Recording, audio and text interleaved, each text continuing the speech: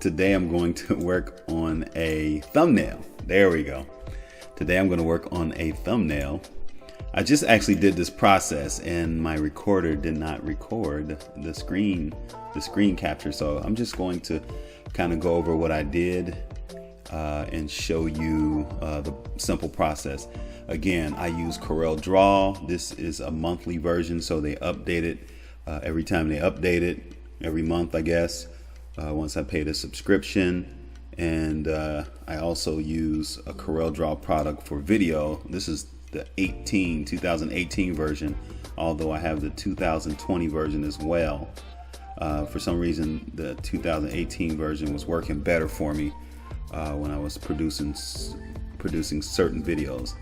So also I use this thing called Acid Music, a very small digital audio workstation. But I mean, it's been doing a lot of things for me for nearly, I guess, 20 or so years, since 2001 or 2, maybe 99.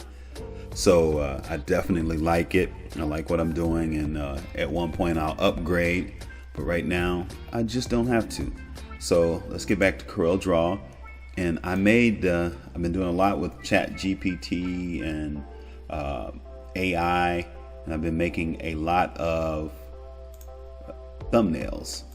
So you can see a lot of the thumbnails that I do. I like to, a little bit disorganized, but I like to have them all in front of me so I can just create as I want to. And I've shown you this before, but these are the ones that I've been making for AI. It's about 2 or 3 varieties. This one where it's just a big picture. This one is a background and image. This one where there's an image, and well, I guess all of these are AI images that I'm using, but this is a different background. And you see, this was actually one of my images, and this is a picture from Pixabay. So, you know, I want to get innovative. I saw people using the ChatGPT logo, so I put that on there as well. So let's get back to the one I just made today. And one thing I found out is all of my thumbnails were a certain size, and I know I got them from some reason, but I felt they were a little bit too much smaller than the HD screen on YouTube. So I'm actually changing it today. If you look at this, boom. So it was about that much different than the HD, but I thought I copied it from a screen, so not sure why they ended up being this size. So anyway, I stretched this here, and actually I didn't even stretch this here. I stretched the box around here. Normally what I'll do is, if I have an image, let's make a quick box. We're not going to use this one, but if I have an image, I have this box, which was normally this size, but I'll take this box, I'll select my picture or image that I want inside. I'll go to Object, Power Clip, Place Inside Frame, and there you go. But what I did, it was usually that size, but what I did just recently today, I made it stretch to the picture size, because this is what I did a screen shot or grab from this program here, which I made it bigger. Let's see, made it bigger and just took this full complete screen grab so it could stretch those small that small measurement on YouTube that I saw the other day, and I'll show you before we get out of here. But anyway, so I took that image, put it inside of the box, and I wanted to make it same but different. And so I took a different image, because I got a few AI images I'm going to work with.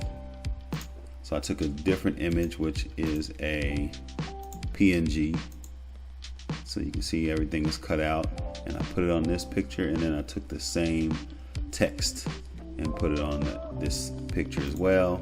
Of course, changed the title because I just ChatGPT wrote a vivid video description is what they did, and this was ChatGPT wrote a poem. And if you go back to This other page, ChatGPT wrote this audio series. ChatGPT wrote my course curriculum. And I guess that was the first start of the Wrote series. ChatGPT wrote. So anyway, guys, so there you go. That's pretty much what I did. I just took this stuff here, moved it over, put it on top of here. Let's just go ahead and do it. Just so you can kind of get the full effect of what I did. And it actually went behind just like that. So I selected it and I put it up front. And I put a little, you'll see some shadows. I put the white shadow, and I also put change the word and put a green outline. But let's go ahead. Take this here, duplicate. This is not going to be as where neither one of them are perfect, but this won't be as perfect as that one because I tried to at least balance it. Actually, it will because I know what I'm going to do. Just going to duplicate it. Front page, and actually watch this, guys. So I'm going to do this for lack of time, but first I'm going to show you what I did with this. I took the logo, I transformed the logo into made it into where I could color it. I don't know why I can't think of it just quick, but I made it so I could color it. Trace map, there you go, bitmap, trace bitmap, and I can choose whatever I want. I think I chose the logo, but I won't do that now because I don't want to color this, but just give you an example. Let's see if it works. It may not work with this. So let's just say trace logo. And once I do that with this program, I'm not sure what the equivalent is on some of the other major programs, but it turns it into an image. That's a weird looking image, but I'm just going to say okay. Now I can fill it in, but I would have to take it apart in order to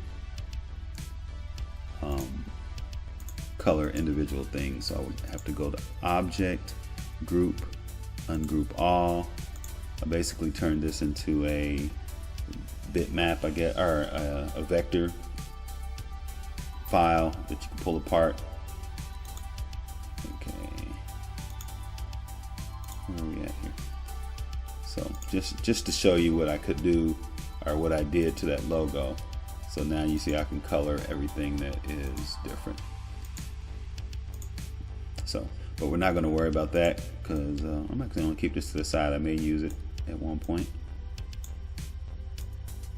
And I can group it back, but I'm not going to. So I made this green, duplicated it, made it white, put it behind here, and just put the green one in front. And again, put the green outlines. I think they were about 1 point, and let's get some green here. Not sure if it's going to be the same, but if you wanted it to be the same, you sure could. You could follow whatever your RGB were, whatever it was. Anyway, there it goes. That's a little bit smaller, so I'm going to make it 2.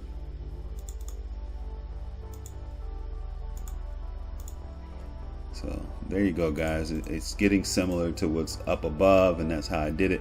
But what I'm going to do for a lack of time is just delete all of that and select all of this. But even that, since I'm not going to go through the whole process, even that didn't make any sense. But I just did that to show you how I put it on there. But also just duplicate it, but you get my point. So I wanted to show you how I created it.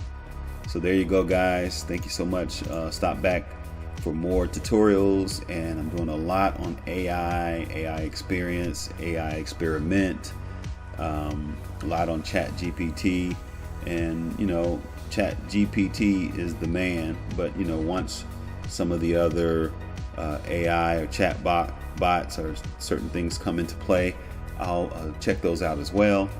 just to give you a review. Okay, guys, thank you so much. It's Greg Reese from VIP Guide.